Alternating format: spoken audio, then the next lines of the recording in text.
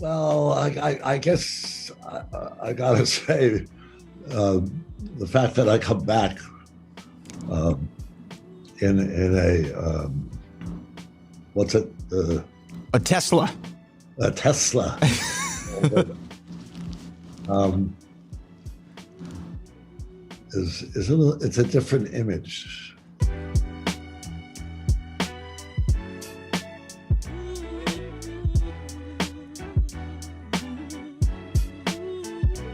And he joins me right now on the show to talk Expedition Back to the Future. It launches March 15th on Discovery Plus. He is the man himself. He is the legendary Mr. Christopher Lloyd. Mr. Lloyd, how you doing, sir?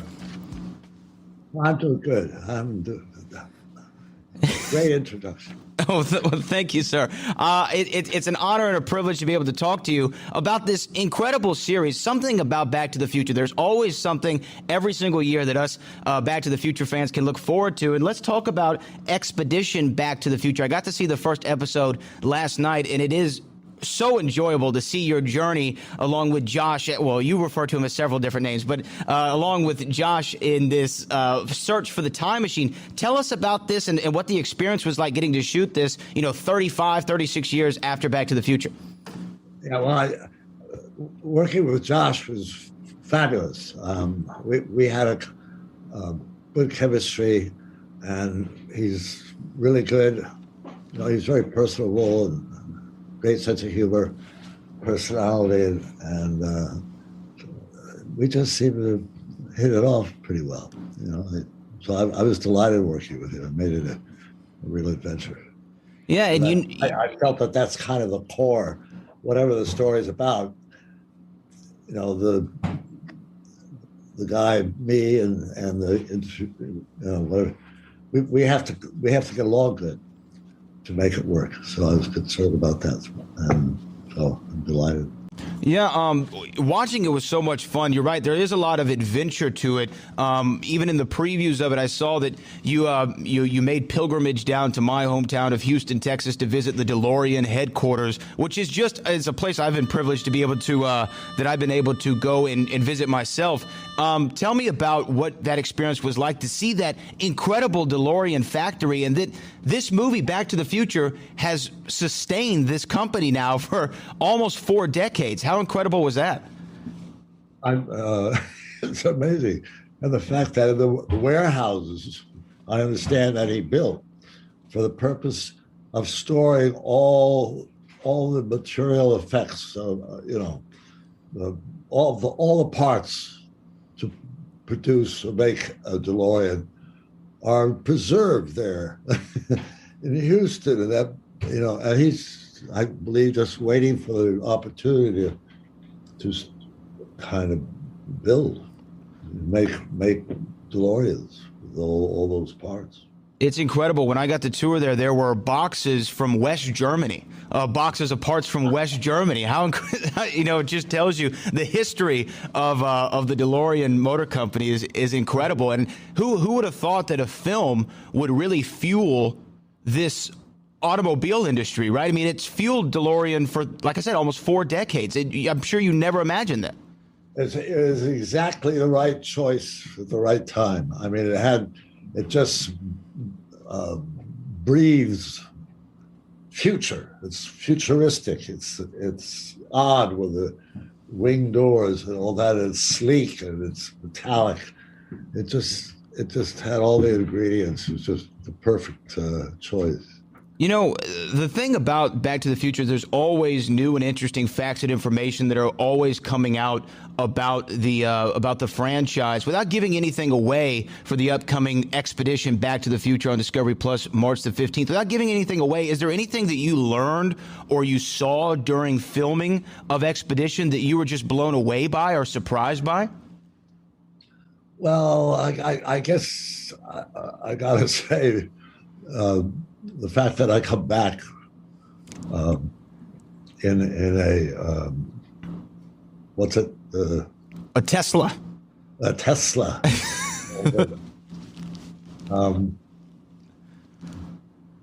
It's a different image, totally, but it's kind of fun, uh, Doc fool around with other possibilities. So Doc decided to, you know, Make it a Tesla. It's kind of really the next logical step, right? If you think about when I saw that last night, I was thinking about it. I was like, the natural progression would be from the DeLorean to today's times. It would be a Tesla, right? I mean, it just makes proper sense. Yeah. And who knows? Elon Musk might have already figured out time travel. Yeah. Okay. You never know. I love these films since I first saw them when I was very young, and the Back to the Future franchise has had such a massive impact on the entire world. But being from Texas, like I said, I always had an affinity. I think that it's part of being a Texan is when you're born, you automatically love Westerns. So when Back to the Future 3 was a Western, I absolutely loved that. And for the longest time, it was my favorite of the three films. I ask you, did you enjoy working on Back to the Future 3 to be in that Western? Because I actually saw another movie you did, Going South, which was also a Western movie with Jack Nicholson and all that. Did you enjoy the Western motif? And which of the three is your personal favorite? Well, that happens to be my personal favorite. Look at that. I on a button. Yeah. I just, I love, I grew up with the Western mystique in my head. I went to a ranch for a summer in Wyoming, and did all this Western stuff. And so I have feel kind of affinity with that. So I loved it. I loved the, horseback riding. Doc has a romance. I mean, and what else? There's some other factor in there, but it just was good. Yeah, and to me, and I love the second movie, but to me, the third one is most similar to the first one in the ways of you're stuck in the past. You don't have a clear way to get back to the future. And in the first movie, it's more of Marty's journey. In this one, it was more of yours. Right. Yeah. Life's funny. We're speaking the same language, I see. But when you think about the films, and this is all talking about Expedition Back to the Future. It launches March the 15th on Discovery Plus. When you think about the films, obviously there's so many things that are touchstones of pop culture, whether it be the DeLorean, whether it be the hoverboard, the Nike Air Mags, things of this nature. Also, Great Scott. Heavy. These are things that have entered into the American lexicon that I'm sure will never leave. But you have a particular quote in the movie that I love more than anything else, and that is when you refer to when Doc Brown refers to a dance as a rhythmic ceremonial ritual, which I just thought is the most Doc Brown way to say there's a school dance this Saturday night. But is there a particular line of dialogue that you got to deliver as Doc Brown that every time you see the film you're like, oh, I loved when I said that line? Yeah. Yes. I mean, you could always tweak it one way or another, but roads where we're going, we don't need, etc. That's still a good quote to live by, I'm sure. And speaking of that, you've I'm sure seen your fair share of Back to the Future merchandise over the years and great collectibles. Is there any item that you've gotten to see, I don't know, over the last several years where you're like, wow, I can't believe that they were able to pull this off. This is such a cool piece of movie memorabilia. The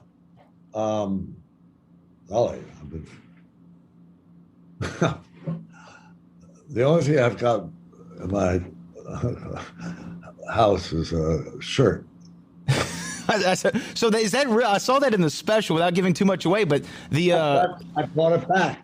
I finally had a use for it.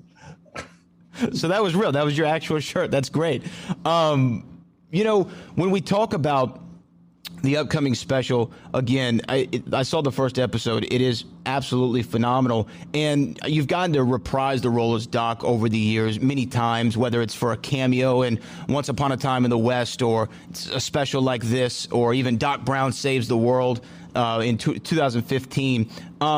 But for the fans, we obviously everyone always wanted to see a Back to the Future 4. We're very clear that that's not going to happen. But did you enjoy getting to reprise the character for what I feel are the spiritual sequels to the movie, for Back to the Future, the ride, and the game? The game storyline was phenomenal with the Citizen Brown angle and all that nature. Did you enjoy getting to do that? Yeah, well, I'm Doc Brown in a scene or two, I forget, and then I'm just me, and I just it had me playing head games with myself to try to figure out, which is which and what is, so it made it interesting. I enjoyed it. I really did, and I enjoyed bringing Doc back, the challenge of it and all that. But I'm not supposed to be a character. I'm just supposed to be me.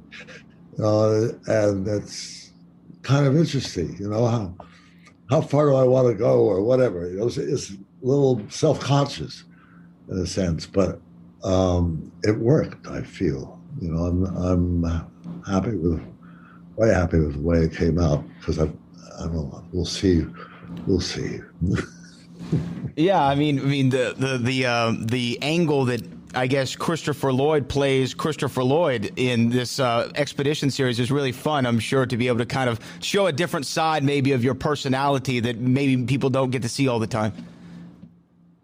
Yeah, that still holds up. I'm sure that it does. I think that you're probably one of the few people to hold this distinction of playing both a doctor and a professor in the same year of 1985, because, of course, Back to the Future came out in 1985. So did one of my other favorite movies, Clue the Movie, where you got to play Professor Plum. That movie as well has taken on kind of a whole life of its own and become a cult classic. Did you know when you were on that set that you had something there? Because a lot of times when you're working on something creatively, there's a feel to it.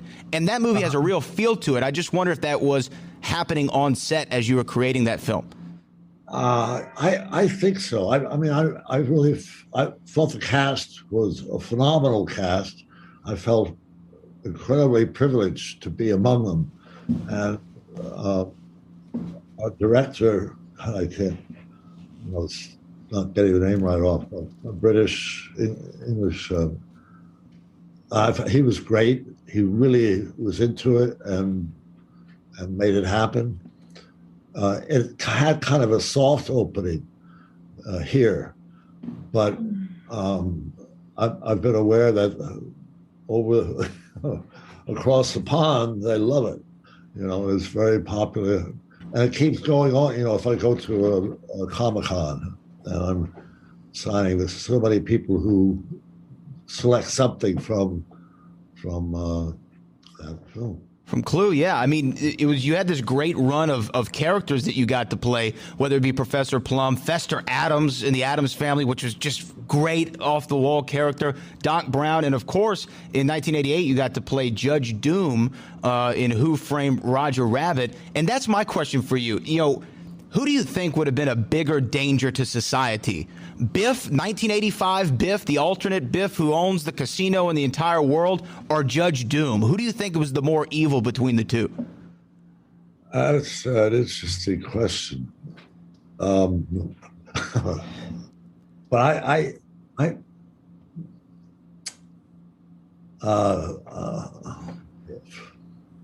feel Biff was a little more dangerous. Besides the fact that he was real. But I think Judge Doom, I don't think he had that kind of melanoma or whatever it is. Huge. He's not out to conquer the world. He's got his own little pocket where he handles things.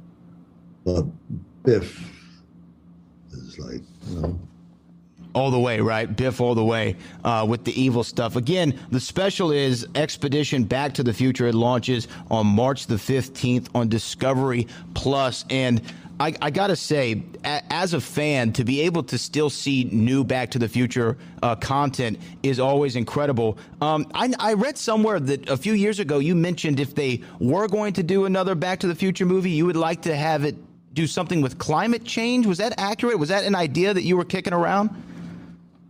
I'm afraid that no. No, that was not. See, I had always read that, and I was wondering what that was about. I'm certainly not opposed to anything, to take care of the climate situation, but I didn't come up on that one. Okay.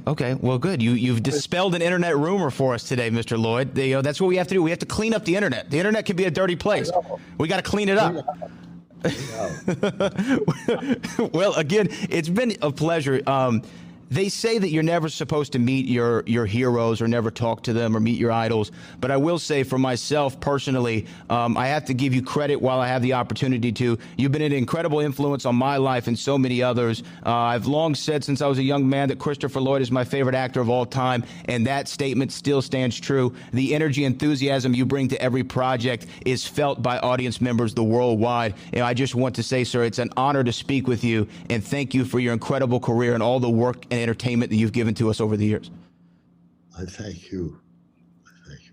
All right, that is Christopher Lloyd. The special is Expedition Back to the Future. It launches on March the 15th on Discovery Plus, exclusively on Discovery Plus. So everybody go check that out this weekend. This is the great Christopher Lloyd. Mr. Lloyd, thank you so much. It has been an absolute honor. Be well.